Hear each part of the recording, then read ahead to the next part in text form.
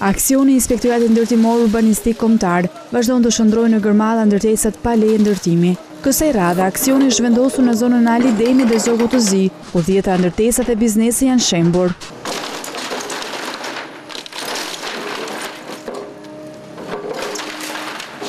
Por banorët e revoltuar janë përplasur fizikisht me Inspektoratin Ndërtimor, konfrontime që kanë sjellë edhe të lënduar. Këto vendime arbitrare, domethënë që policia nuk ka drejt marri, nuk është vendim marrë, është zbatuese.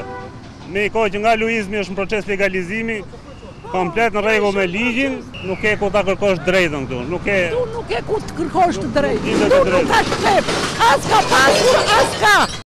Tirana nuk ka qenë qyteti vetëm ku janë përqendruar prishjet e ndërtesave, po Gradeci ka qenë objektivi i radhës. Po lirimi i hapësirave ka lënë në qiell të hapur familjet, të cilave shtëpia u është prishur nga inspektoriati. E tillë është dhe familja Arion Bashallit, me 5 antar, e cila ka gjetur si alternativë për të strehuar ngritjen e çadrave, kur familjari ndjeti pa shpresë për të ardhmen e tij.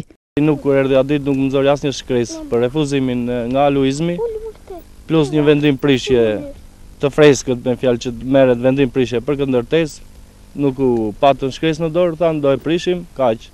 Ku i bën detyrat? Detyrat për jashtë.